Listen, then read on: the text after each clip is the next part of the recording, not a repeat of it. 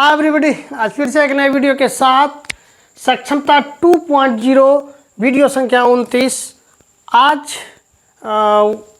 28 number video का additional ये है पार्ट। उसमें हम बोले थे कि धातु और अधातु के बीच जो अंतर है उस पर हम चर्चा कर लेंगे। तो धातु और अधातु में अंतर, इस पर चर्चा करेंगे। वीडियो में आने से पहले एक प्रश्न हम ले लेते हैं और इसका जवाब वीडियो में ही आ जाएगा और पुनः अंत में हम वापस आएंगे यहाँ पे, तो इसका जवाब लेंगे। सवाल है कि 1 ग्राम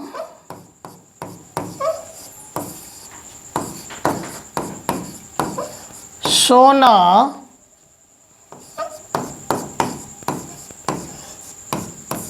कितना मीटर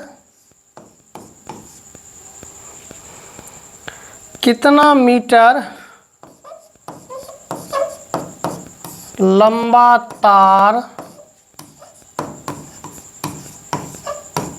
बनेगा।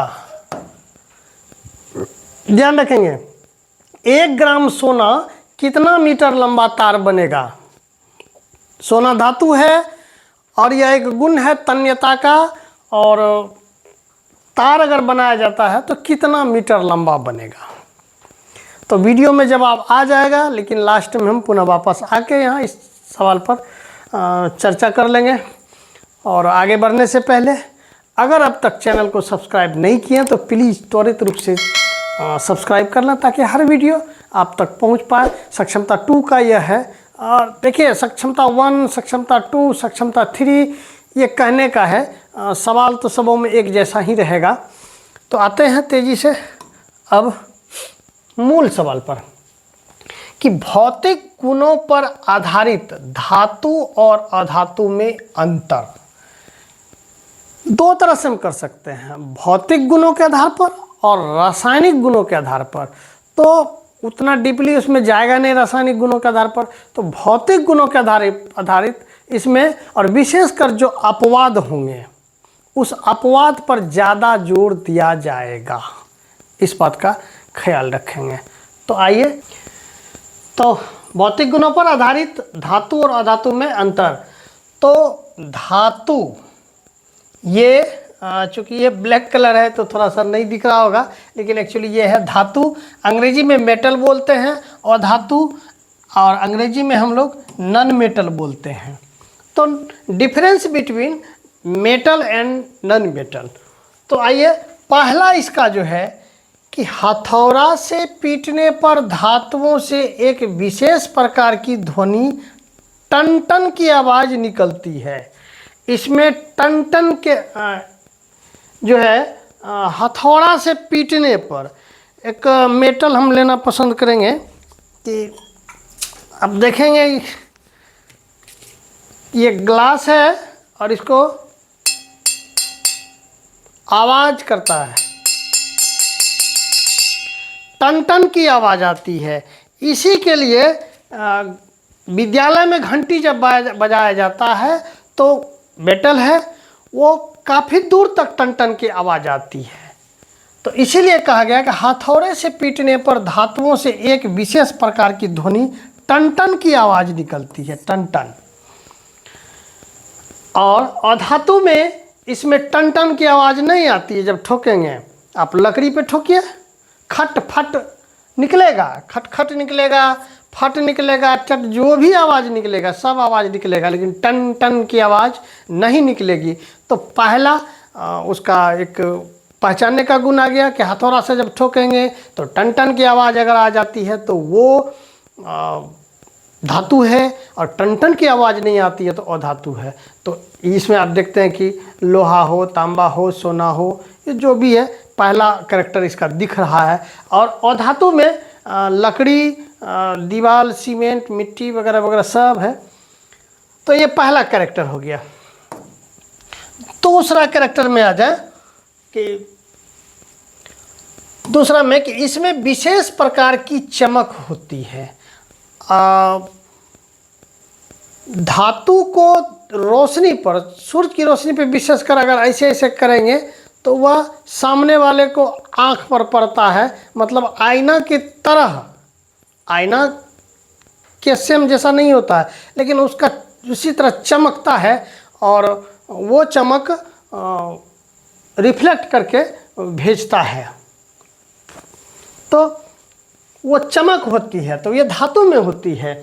जबकि अधातु में यानी कि इसमें चमक नहीं होती है, लेकिन अपवाद है, आयोडीन एवं ग्रेफाइट में धातुई चमक होती है। विशेषकर देखिएगा, अपवाद को ही ख्याल रखना होगा।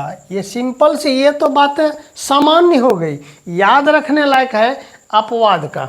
चलो तीसरा नंबर, यह ऊष्मा का सुचालक होता है। अब ये धातु जो होता है ऊष्मा का सुचालक होता है। ऊष्मा का सुचालक ये कि हम लोग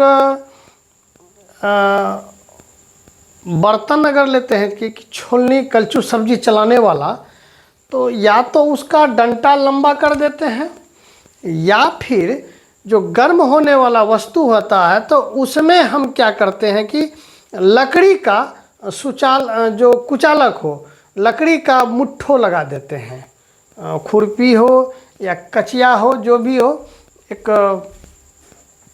अब जैसे देखिए, ये लोहा है, ये सुचालक है ऊष्मा का, यानी गर्मी का। आग में जब देते हैं तो हम लोग जैसे भुट्टा नहीं पकाते हैं तो बड़का रड होता है, तो रड में इस तरह का मुट्ठो ये लकड़ी का दे दिया जाता है। तो लकड़ी अधातु है, ये अधातु है जो ऊष्मा का कुचालक है। देख लीजिए, यह ऊष्मा का कुचालक है, लेकिन यह ऊष्मा का सुचालक होता है। तो यह ऊष्मा का सुचालक हो गया और यह ऊष्मा का कुचालक हो गया। और सुचालक कुचालक, सुचालक जो इस छोर से उस छोर तक ऊष्मा को पहुंचा दे।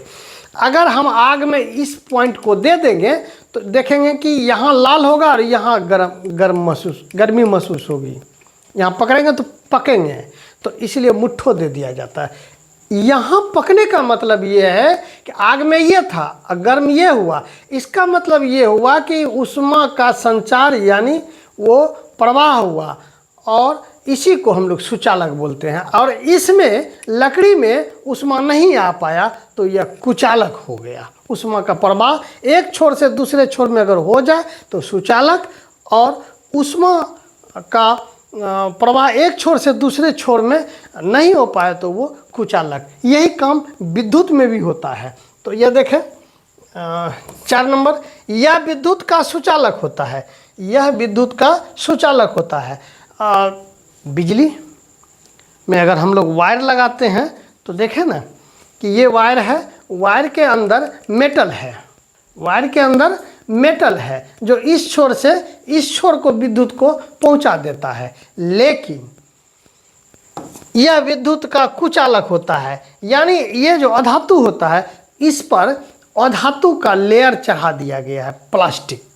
ये अधातु है तो बिजली प्रवाह अंदर से होती है विद्युत, लेकिन ये कवर जो है वो प्लास्टिक का मतलब कुचालक का लगा दिया जाता है, जो अंदर का विद्युत बाहर नहीं आ पाता और हमको करंट नहीं लगता है तार में, अन्य भी चीज़ में।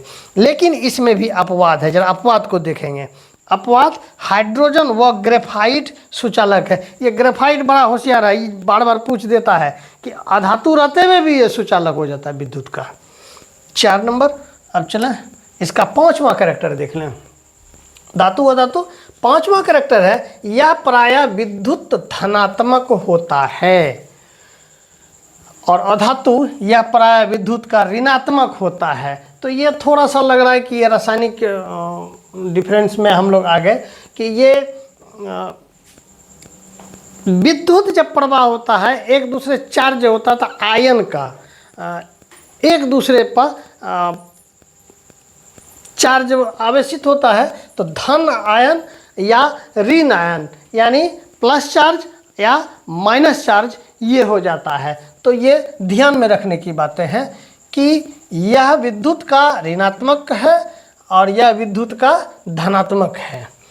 लेकिन अधातु में विद्युत का ऋणात्मक है, लेकिन अपवाद हाइड्रोजन है कि यह विद्युत का ऋणात्मक हो जाता है। अपवाद सदैव याद रखेंगे कि अपवाद पर ज़्यादा जोर देंगे। 6 नंबर, यह आघात वर्धन्य नाम बड़ा जरा जोरदार है, इसको देख लेंगे कि आघात वर्धन्य मतलब मेलेबल आघात वर्धन्य होती है। आघात वर्धन्य का मतलब ये हुआ कि पीटेंगे हथौड़ा से तो वो चौड़ा हो जाएगा, चादर की तरह फैल जाएगा, चादर की तरह। यानी कि चांदी का या सिल्वर या जो भी आप देखते हैं सुनार के यहाँ चांदी का सोना का थोड़ा सा रहता है, 2 ग्राम भी रहता है तो उसको इतना ना पत्थर बना देता है, गोला बना देता है। या लोहार के यहाँ चले जाइए तो लोहा को आग में गर्म करके लाल करके इतना पीटा जाता है कि वो चौड़ा हो जाता है। एक तो ये हो गई, लेकिन इसका एग्जाम्पल भयंकर है कि सिल्वर के पत्थर तबक बोलते हैं जो मिठाई पर डाला जाता है। मिठाई पर देखे हैं, मिठाई के ऊपर हाईटेक युग है तो मिठाई के ऊपर चांदी का, एल्युमिनियम का या सिल्वर का ये कागज बना के दिया जाता है। वो जानते हैं कागज से भी पतला होता है, कागज से भी पतला, जबकि वो और सब चीज़ को हम नहीं कर सकते हैं। लकड़ी को एक बार उसको ठोकने का प्रयास करेंगे तो वो टूट जाएगा, लेकिन धातु क्या है कि वो आघात वर्धनता होती है, यानी कि वो पीटने पर चादर बन जाता है।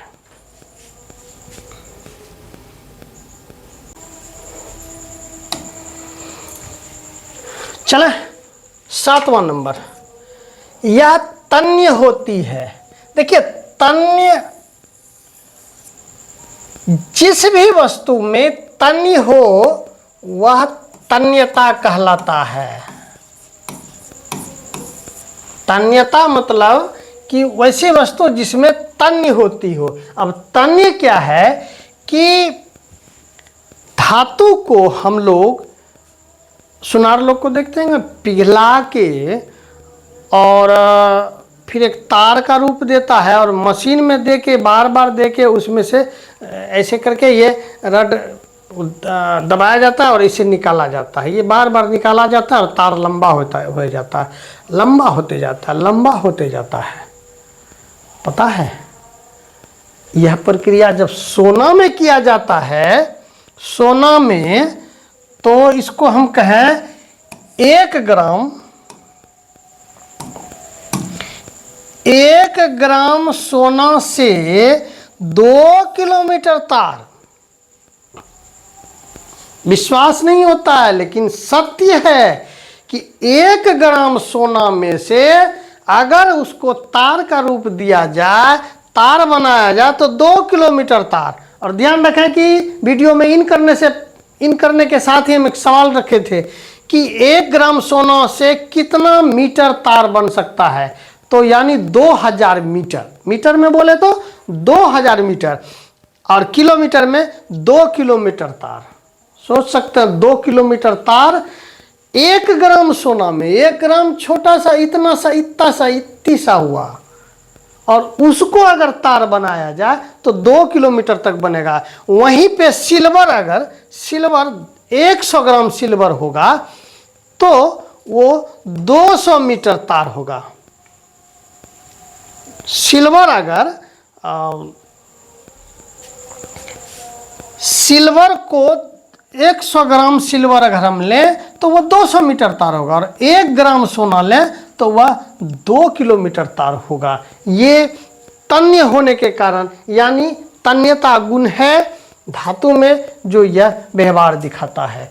जबकि ये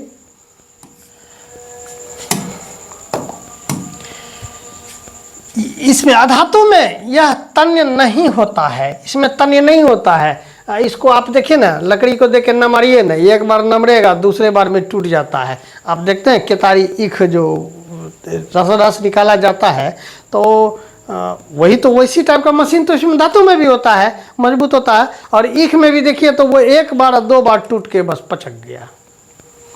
तो ये इसमें तन्य नहीं होता, ये टूट फूट जाता है। लेकिन इसमें एक अपवाद है कि प्लास्टिक या गंधक, प्लास्टिक को एक बड़का दीजिए, ऐसे ऐसे कीजिए ना, देखिए तार की तरह बन जाता है, तार की तरह बनता है, कभी बने लेकिन बनता है। तो वो प्लास्टिक अपवाद हो गया, गंधक अपवाद हो गया तन्यता में, इस बात का ख्याल रखेंगे। 8वां, इसका घनत्व उच्च होता है। घनत्व उच्च मतलब कहिए ना कि ठोस संघनक, काफी एकदम 1 किलो अगर हम लोहा ले लें तो इतने ठो 1 किलो लोहा हो जाएगा। और 1 किलो लकड़ी ले तो इतना ठो लकड़ी लेना होगा, इतना मात्रा में लकड़ी लेना होगा तब 1 किलो होगा। और लोहा लेना होगा तो ये, यानी ये ज़्यादा संघनक है, इसमें हवा का जुगाड़ नहीं है। इसको हम लोग बोलते हैं कि अंतर मोलिकुल स्थान, ये केमिस्ट्री की भाषा में है कि अंतर मोलिकुल स्थान जो होता है वो न के बराबर होता है धातु में, और अधातु में अंतर मोलिकुलर स्थान वो होता है। इसलिए वो, यानी इसको रफ भाषा में बोला कि 2 कणों के बीच जगह नहीं रहता है, बिल्कुल जगह नहीं रहता है। और इसको हम दूसरी भाषा में ये समझे कि एक रूम है, उसमें 50 आदमी को घुसा दिए, 20 आदमी का जगह था, 50 आदमी घुसा दिए, ठूस ठूस के आपस में एकदम सिमट के और टाइट होके उसमें घुस जाएगा, घुसा देंगे तो ज़्यादा संग मतलब घनत्व उसका ज़्यादा हो गया। और उसमें से 20 आदमी कैपेसिटी था, 50 घुसा दिए तो घनत्व उच्च हो गया। और अगर उसमें से 20 का कैपेसिटी था और 5 ही दिए तो फैल के बैठेगा आराम से। रुइया देखते हैं, रुइया फैल के रहता है, गैस और फैल के रहता है। लेकिन धातु ठोस कम जगह में ज़्यादा आ जाता है। तो उस ठोस को भी 2 कैटेगरी में बांट दिए। तो धातु जो है उसका घनत्व उच्च होता है और अधातु में घनत्व निम्न होता है। चलो 9 नंबर, साधारण ताप पर धातु प्रायः ठोस होता है। धातु अक्सर ठोस होता है, अक्सर नहीं लगभग।